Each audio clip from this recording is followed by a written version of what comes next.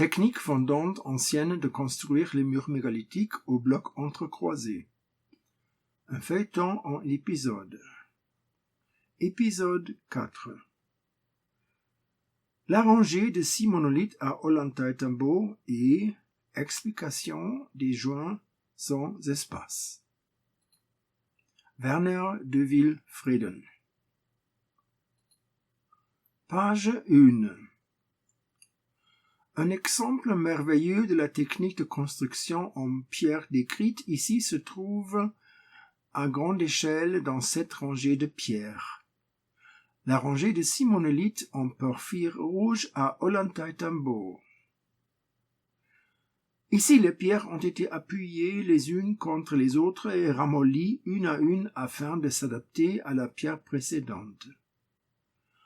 On détermine donc l'ordre en prenant le côté apicaux de la pierre à poser comme le côté qui a été appuyé contre la dernière pierre déjà posée, comme pour un mur vertical. On a donc commencé par la pierre de droite, je suppose. À cela s'ajoutaient des éléments placés entre les pierres. Ceux-ci présentaient également des picots. Était-ce pour mieux ramollir la surface des deux pierres assemblées? Leurs 3 ou 4 picots sont répartis de manière régulière. Une telle pierre de joint servait donc à ramollir les deux pierres de droite et de gauche, et cela grâce à ces 3 ou 4 picots.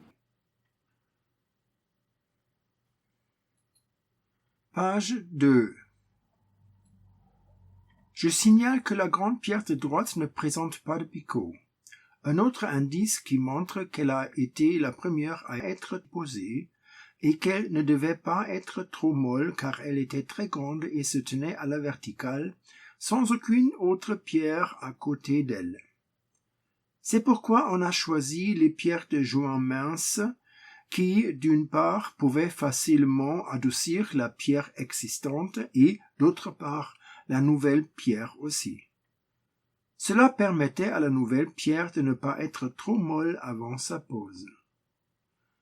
Je suis également conforté dans mon opinion par le fait que les joints semblent s'être considérablement déformés comme on peut facilement le constater.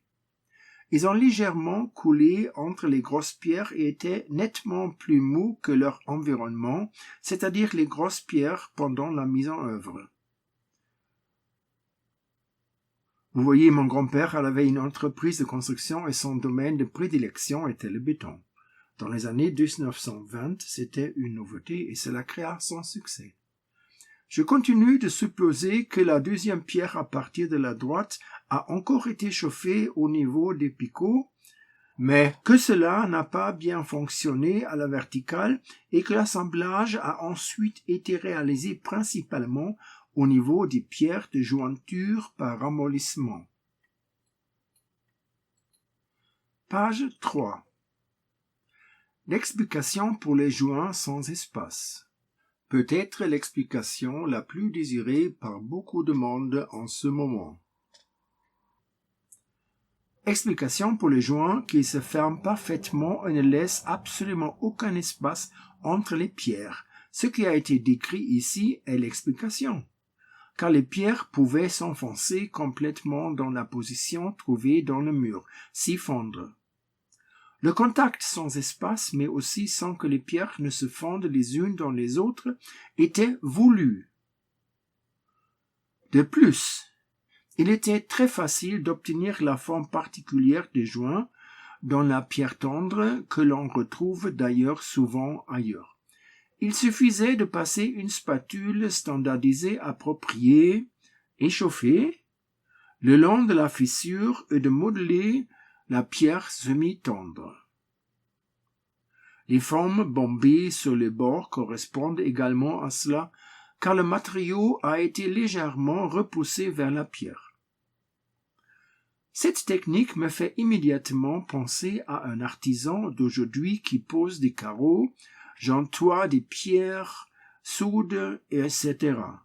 Ici, la pierre est pour ainsi dire soudée dans la forme du joint. Pour cela, il faut une technique sophistiquée que nous ne maîtrisons toujours pas.